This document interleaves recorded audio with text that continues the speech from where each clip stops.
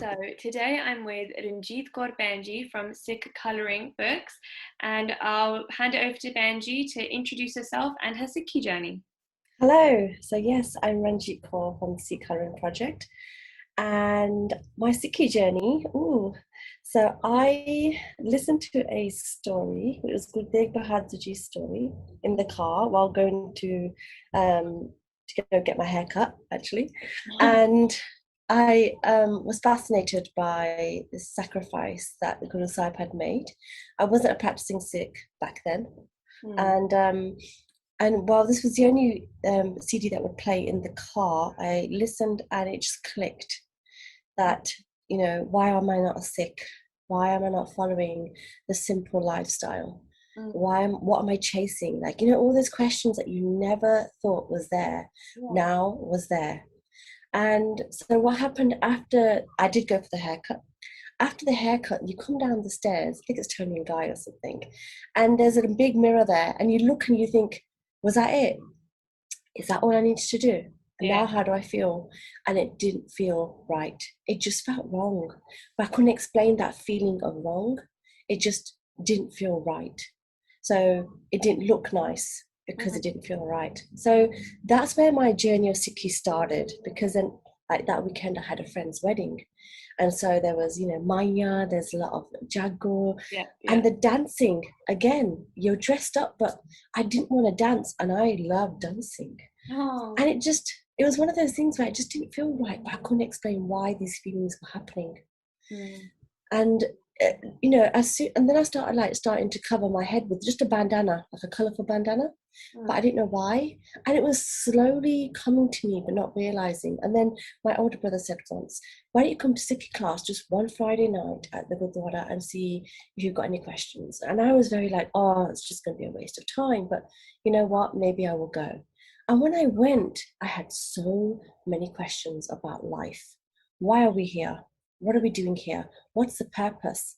And these questions never bothered me before, but now it was like, really getting to the bottom of why. And at that point, I had just been given a job offer in Europe, in Holland, in IT. So I thought, oh, why don't I try this new lifestyle of being a Sikh, like practicing? And if I don't like it, I can always come back and nobody would know any better. So I got this job. And it was a brilliant job. And so I went over and I wore batka, and I was told by the Gyani from the Gurdwara in England, just try Sikhi for 1 year. Try the bania, try the waking up early, see how your lifestyle is, like try not to cut your hair. He told me to take it slow, but really enjoy it. So it was one of those journeys where it was brilliant. But when I got there, I did soon realize I couldn't wear a batka, because a lot of the Turkish Musliman, wore batke, so I was getting identified as a Musliman. So that's when I had to come back to UK and learn the turban for my identification. The first year was, I would say it was hard, because I didn't know that you had to learn all these bania, and I meant I didn't read Japji Sahib fully. I didn't know how to do Jap Sahib, so I used to listen a lot. So my Nitnem was 4 hours in the morning, because I'd listen and then do the line, and I'd listen to another line and read the line. So it took a while to get to grips with that. And I kind of did it at my own pace. My jewelry came off slowly. It was really nice. There was no one there to compare me with, and there was no one there to say, God, do this way. It was me. It was all up to me how I want to do what I want to do, because there was no apne around me. It was just gore. So it was just the Dutch people around me. And I think that journey was amazing. So that 1 year I gave myself that target. Okay, can I really do this? And after receiving Amrit after 1 year, I came to the UK, received Amrit wherever the Sanchar was. And then I got introduced to my now husband, and he was from Australia. And I always wanted to, I was told as well that only marry someone whose Sikhi is better than yours, so that you can improve yours. Because I was still at baby stages. And his Sikhi was amazing, So I knew that if I marry someone like him, I would definitely improve my Sikhi. And so then I moved over to Australia, and from going from Amsterdam to Australia is very different. So Sikhi in Australia is amazing, really amazing. Mm. So it blossomed. Yeah, I was really lucky. Marriage goodbye. I was so lucky. I was with the right sangat, even with no sangat around. Guru Sahib was always around. Oh, So it's lovely to hear. Thank you, Benji. That was actually a very inspirational Sikhi journey. I've never quite heard one where you move for a year and you've got that time to work on yourself, but it's nice to hear that even alone, even with like no sangat, you still made that time to find your own link and you paved your own way. And it's yeah. actually very lovely to hear. Thank you so much. So now what we've been waiting for, the big question, why Sikh colouring? Why did you start this? How? What was the need? What did you feel? So what was the journey of Sikh colouring? Yeah, that was all 10 questions in one, yeah? Sorry. No, From the it's beginning. okay. Go on from the beginning. Yeah, no, I get this asked quite a lot because it's very different to IT. So um, we lived in Australia for a few years, and then we've come back to the UK to travel. And coming back here now, we've got 3 children, and I've got family here, so it was great to have the support. Yeah. After having my third child, she was about 6 weeks. The nursery where my other 2 children were attending, they were celebrating Easter. Oh my God, they were celebrating Easter like it was, this huge event. And I thought, wow, we're making these topiyan with these kukra. Like, this Oh, is okay. yeah. And this was a Punjabi nursery. And then I thought, what are you making for Vaisakhi? And they said nothing. And I said, oh, that's only a couple of weeks away from Easter. What can we do? If you're not doing anything, let's try and do something. Yeah. So they left it to me, and I just thought, and at this point, I do a lot of colouring. Generally speaking, I love colouring. I think it's fascinating, and I think it's a lot of therapy behind it as well. Yeah. So I thought, well, one thing I would like to do maybe is draw some, maybe like a little mini colouring book. So I did a really small, it was less than A6 size, 3 pages of, I think it was one little Singh in a rocket, and another one in a tractor, and another one in a car. So it was girls and boys, it was a mix. And then I did a card and put pencils and gave to 60 kids at the nursery. Oh gosh. It was the feedback. The feedback was what the parents, and they were not just Punjabi parents, they were English parents. Why don't you make a book? And I had no idea how to make a book. My background is not illustrating or publishing, it's IT only. So me and my husband did a lot of research into how do you make a book. And we had a printing company in the UK that really supported us. So if I needed just to trial out a book, they would print it out for me, send it to me within a day, and it was brilliant because it was like, oh, this can actually happen. And then when the first book, which was I tried to do as simple as possible, a bit more cultural. So it had, like, for example, a little girl with a butterfly, and then you'd have the English at the top, and at the bottom you'd have the Punjabi, so butterfly and tittali. Yeah. And that book was called Sikh Colouring Book for children. And so that we only printed about 100 just to trial it out, and Yeah. it didn't take long to sell those at all. And that was without social media. It was just all on, we were going to an event in London, and it kind of spiraled. And then Gyani Sukha Singh in Birmingham, I asked him, what would you like for your camps? And he gave me specific topic, what he wanted for his camp.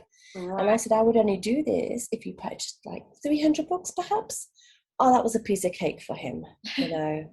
So, so that was the second book. And then 2 months later, Guru Nanak Dev Ji's Gurpurab came out, and it was just rolling with this demand that the Sangat wanted that wasn't there for them. And I had no idea. I was just going with the flow. And Sikh colouring then became Sikh colouring. It wasn't a name we picked. It was just kind of went with the flow.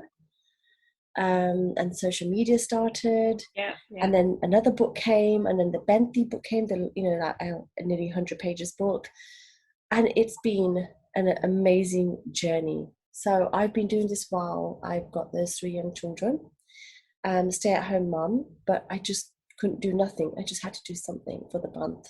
Society, our community needed something for their children.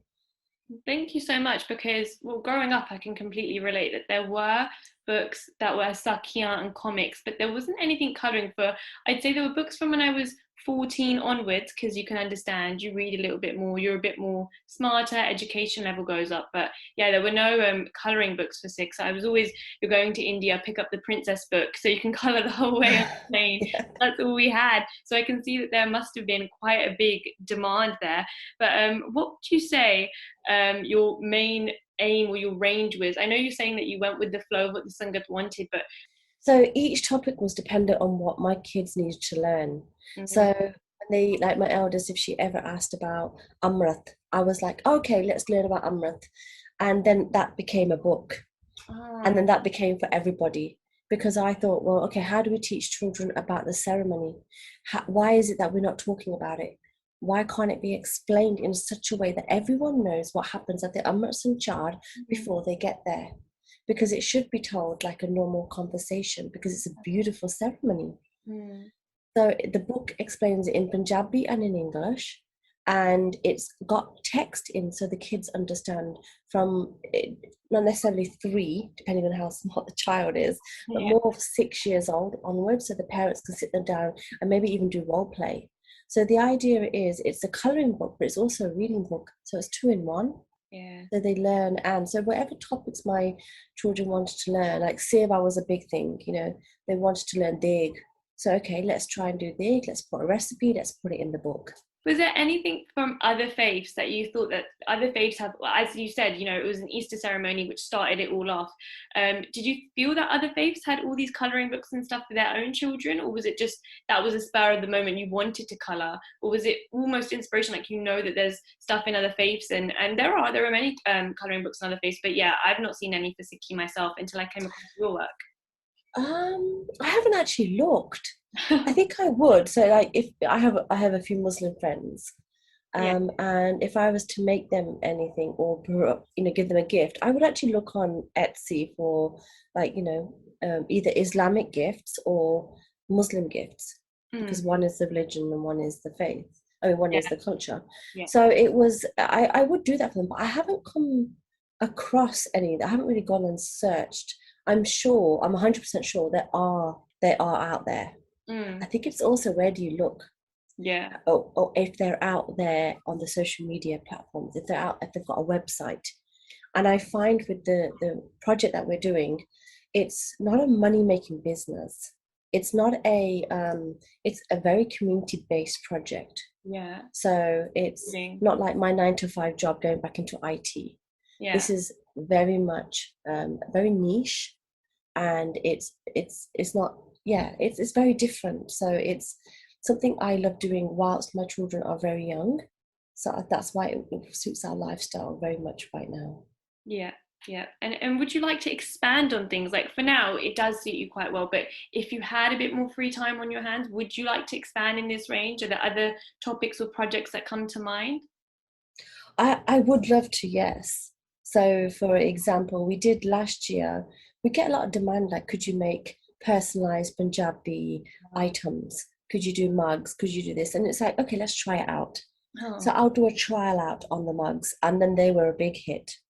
So I didn't realize that. I didn't experiment on this. It was just whatever Sangat wanted. Yeah. And then the other thing was, they've been asked, can you do t-shirts? I've only just introduced the t-shirts, and that's been going very well. So it is trying all this out, but it's also designing. So I only want to be able to do what I can as a one-man person doing in this type of project. And I would like to create more books, but again, if it's only one person doing all the orders and everything, it's a lot. So you do need more manpower to be able to be more creative. And then social media is a full-time job in itself. Yeah, 100%. So there's all this to handle. And there's just a lot, but I do think that if you've got a project and you were to do it full time, I think doing a full-time job and doing a project is actually very difficult. Yeah, I agree. Because that dedication is not there 100%. And so going on forward, as we said, like in other projects, do you think there's something that you could hit for the pre-teen range? Though it wouldn't be colouring books, your illustration itself is quite nice. So do you think you could branch out to help the teen range as well, with like Stucky stories, Sikhi driven? I think with the teenagers, it's more them teaching. You know, when you teach, you learn. True. So Yeah. if teenagers were the ones taking on sessions with young children, I think they would be motivated to learn that topic way before they actually teach the topic. And without realizing, indirectly, they've learned. So it's one of I've always thought, whenever I get told, can you teach in a camp with teenagers? I either get them to draw, which is not your children's drawing, it's more of a like, you know, you've got water paints, Yeah. you've got different types of colouring with them, you've got the calligraphy, you get them to do Bani, you get them to write, but whilst they're doing all this, you get them to talk with you as well. So it's like an indirect designing, but at the same time they get talking about Sikhi without realising. Thank you so much for your time, Benji. Thank you. I know you've been very busy and you've taken time out your schedule to talk to us today, and we appreciate it so much. And as per usual, if we've made any mistakes unintentionally, please forgive us, because we are learning and we don't mean to offend anyone, and we're open to any sort of feedback. So thank you for that. And Benji, would you like to let them know where they can find you on any social media platforms? Yeah. Firstly, you didn't make no mistakes. You Thank were totally great. you. No, so yeah, you did really well. So yeah, if anybody wants to you know, believes in Sikh colouring, and you know, our aim is to encourage education Yeah. and empowerment for children to learn about the Sikh faith, you know, equality, humanity through art.